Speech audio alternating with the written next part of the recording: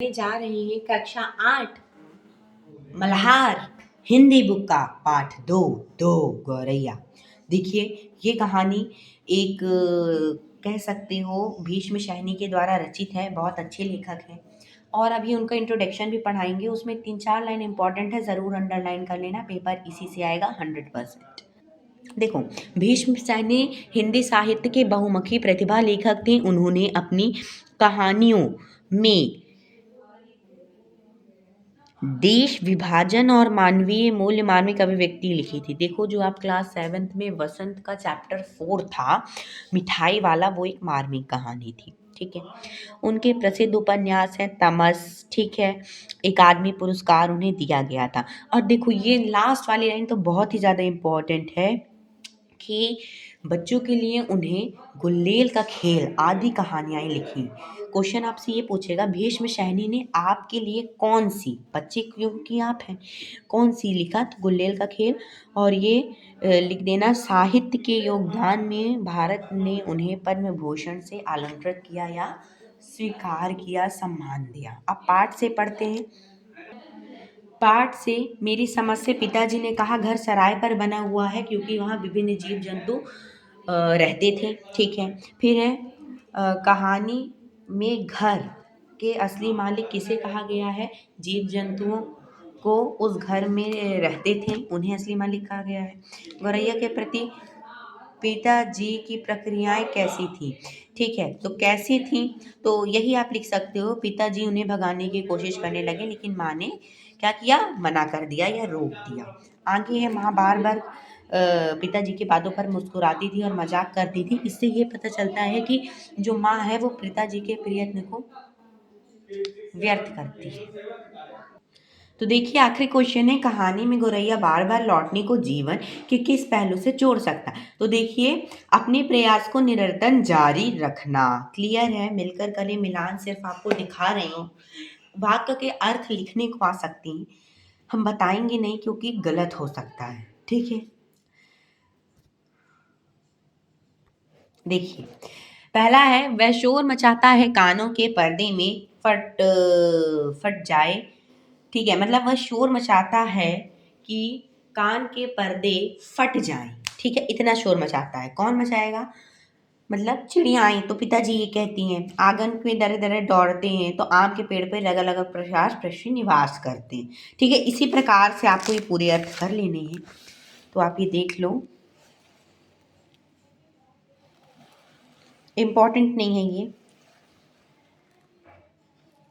ठीक है, आए पंक्तियों पर चर्चा करवाते हैं। चलो, देखो, पंक्तियों पर चर्चा। अब कुछ पंक्ति दी है, एक एक पंक्ति को आप रीड करो, हम भी रीड करें। अब तो ये नहीं उड़ेंगी, पहले इन्हें उड़ा देते तो उड़ जाती, अब तो इन्होंने घोंसला ही बना लिया है। ठीक है, एक दिन घर में नहीं घुस पाएंगी तो छोड़ देंगे, किसी को सचमुच बाहर निकालना हो तो उसका घर तोड़ देना चाहिए। ठीक है, ये कौन कहा है? पिताजी कहे थे। सोच विचार के लिए आ जाओ, पाठ को पुनः ध्यान। अब कहानी में सबसे प्रभावशाली पात्र आपको क्यों लगा, तो लिखना है आपको। तो देखो, हमें आपको जो लगा तो आप उसके बारे में लिखिएगा। वैसे हम आपको बता दें, लेकिन अगर आप माँ के बारे में लिखेंगे तो ज़्यादा नंबर पाएंगे क्योंकि वही एक इसका सूटेबल आंसर है। इधर उधर लिखेंगे तो नहीं आ पाएंगे आपके नंबर अगर ये क्वेश्चन आया तो देखिए, हम आपको बताते हैं। मुझे कहानी में लेखक की माँ, लेखक भीम सैनी की माँ भी आप लिख सकते हैं। बहुत अट्रैक्टिव आंसर है, टॉपर स्टाइल में है। माँ का पात्र सबसे अच्छा लगा क्योंकि, अब क्योंकि जब अगर ऐसे लिखा हो ना तो आपको एक चीज़ यहाँ पे करना रहता है, जैसे ये। ठीक है, क्योंकि वह बहुत समझदार है। ठीक है, उनके प्रति जीवन के लिए प्रेम है। अब देखो यहाँ पे वक्त, वह हर वक्त सिर्फ मजाक करती है, यानी कि वह मस्त मौला स्वभाव की है। कोई भी आपको एक चीज़ इन दोनों में से लिखना है, 3 ही पॉइंट में देंगे, चारों भी लिखेंगे ना तो आपके नंबर कट सकते हैं क्योंकि ये और ये पॉइंट एक दूसरे से मिलता है, इसलिए इन दोनों में से कोई एक ही लिखिएगा। और उनके प्रति जीवों के लिए होगा, लिखे नहीं, लिए प्रेम है। ठीक है, लिए प्रेम है। आगे चलिए, नेक्स्ट क्वेश्चन देखते हैं। लेखक के घर में चिड़ियों ने घोंसला कहाँ बनाया था और उसने वो स्थान क्यों चुना? वैसे तो बहुत छोटा आंसर हो सकता है, लेकिन 3 पॉइंट में लिखा है, देखिए।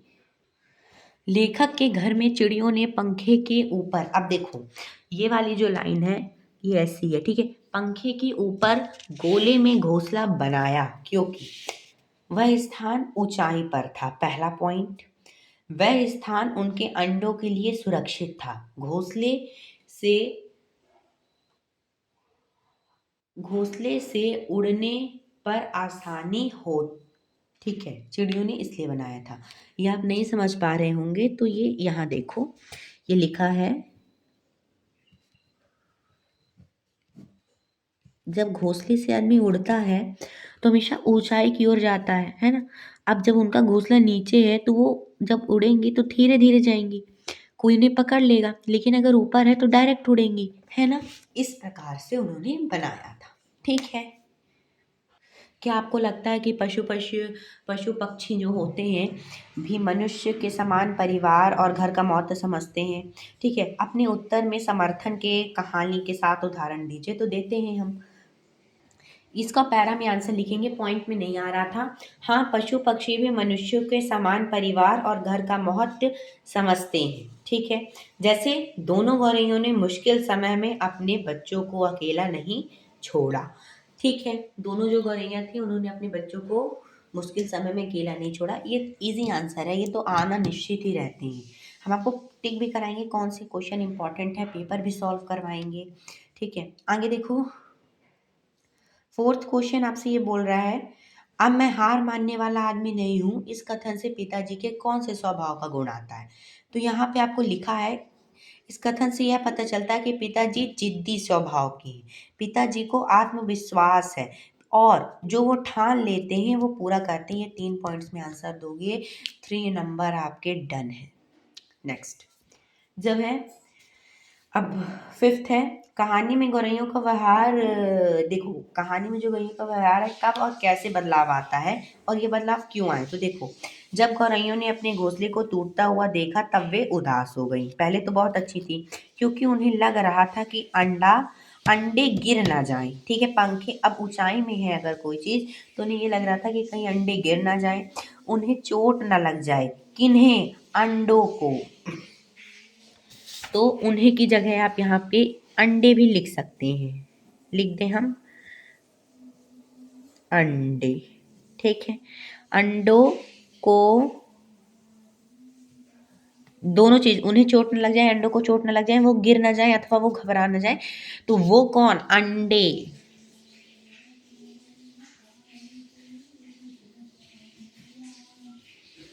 अंडे, ठीक है। अंडे डर ना जाए, घबरा ना जाए, और अंडे मतलब क्या होता है? जो आने वाला बच्चा है ना। तो ये आप समझ गए होंगे। अब आगे जो 3 क्वेश्चन हैं वो भी बहुत अच्छे अच्छे क्वेश्चन हैं, बहुत इंपॉर्टेंट है तीनों। उनका आंसर एक साथ देखेंगे अच्छे से। ये क्वेश्चन बहुत इंपॉर्टेंट है कि कहानी में गौरैयों ने किन किन स्थानों से घर में प्रवेश किया। तो देखो कहाँ कहाँ से उन्होंने प्रवेश किया, तो ये आप बता सकते हो, दरवाजे के नीचे खाली स्थान से, रोशनदान से, किचन के खुले दरवाजे से, ठीक है। इस तरह आप लिखवा सकते हो। अब आगे देखो, अब बोल रहा है इस कहानी को लेखक कौन सुना रहा है? तो ये बात आपको कैसे पता चलती है? तो इस कहानी को लेखक स्वयं सुना रहे हैं, इसका पता चलता है हमें बार बार आने वाले। अब देखो यहाँ पे मैंने ऐसे लिख दिया, ये अगर आप भी ऐसे लिखोगे गलत होगा, हम करेक्शन करवा रहे हैं, वैसे ही लिखना है, ठीक है। मैं से पता चलता है, आप चाहो तो उसको अंडरलाइन कर सकते हो, ठीक है। फिर आगे देखोगे क्या है, मैंने भागकर दोनों दरवाजे बंद कर दिए, मैंने देखा कि पिताजी आ गए हैं, मैंने देखा कि 2 गौरैया घर में आ जाएं या आ गई हैं, ठीक है। ये भी आप लिख सकते हो। अब देखो ये क्वेश्चन वैसे 5 नंबर में अगर आएगा तो आप ये पॉइंट दे सकते हो, नहीं तो 2 पॉइंट इससे काट देना, 1 पॉइंट देना जरूरी है, 2 पॉइंट फिर काट देना। 5 नंबर में आता है इसलिए बता रहे हैं। आगे देखो, माँ बार बार क्यों कह रही होगी कि गौरैया घर नहीं छोड़ेंगी। माँ जानती थी कि कोई माँ अपने बच्चों को छोड़कर नहीं जाएगी। क्यों? क्योंकि अब देखो माँ ये क्यों जानती थी, क्योंकि चिड़िया ने क्या दे दिए थे, एग्स दे दिए थे, अंडे दे दिए थे। लेखक की माँ, अब देखो यहाँ पे भां लिखा है, ये गलत है ना, यहाँ पे आपको लिखना होगा माँ। ठीक है, लेखक की माँ दूसरी माँ का दुख देख सक, सिर्फ लेखक की ही माँ क्यों, हमारी हर एक माँ, एक माँ, कुछ भी लिखो, एक माँ दूसरी माँ का दुख देख सकती है या समझ, पानी वानी तो नहीं मिला उधर है। पानी ना मिला, भगवान तुम्हें भूख लागत है, गरम आटा में रखा है। ठीक है, लेखक एक माँ दूसरी माँ का दुख समझ सकती है। क्लियर है, कोई दिक्कत वैसे होनी नहीं चाहिए। ठीक है, अभी आपको कुछ कुछ अगर एक्सरसाइज है तो वो हम करवा रहे हैं, देखो वो इम्पॉर्टेंट है एग्जाम पॉइंट ऑफ व्यू से। पेज नंबर 23 में आओ, घर के प्राणी में आओ। अब देखो यहाँ पे आपको इस तरह भरना होगा कि गौरैया बिना पूछे घर में घुस आती हैं, कबूतर गुटरगू की आवाज़ निकालते हैं, चूहे रात में इधर उधर भागते हैं, चमगादड़ रात होते ही कसरत करते। ये लिखना पड़ेगा, उनके घर की बात है ना। और एक चीज़ और करा रहे हैं, इसको भी देख लो। घोंसले को कहाँ देखा, हमारे घर के बालकनी में, ये आपको पूरे में लिख देना है। किसका घोंसला देखा, सूखी टहनियों से बना था, तिनके से बना था, टहनियों से बना था, तारों से, मिट्टी से। अब घोंसला कैसा था, खाली था, खाली था, खाली था, खाली था, ऐसे भर दो। अब किसका घोंसला था, ठीक है, तो लिख देना कबूतर, कोयल, चिड़िया, कौवा। याद रखना तार से कौवा ही घोंसला बनाता, सिर्फ उसी का लिखना, नहीं तो गलत हो जाएगा।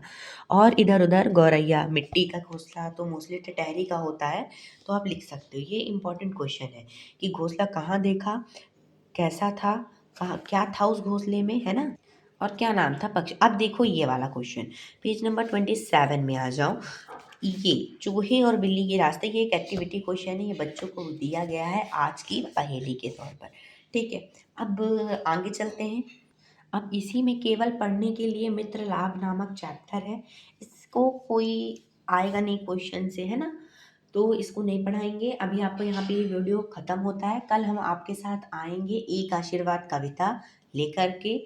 ठीक है, तो कल एक आशीर्वाद पढ़ते हैं। अभी देर तक के लिए my pussy cats, bye bye, this is Aarvi, please subscribe my channel, like my channel, share my channel.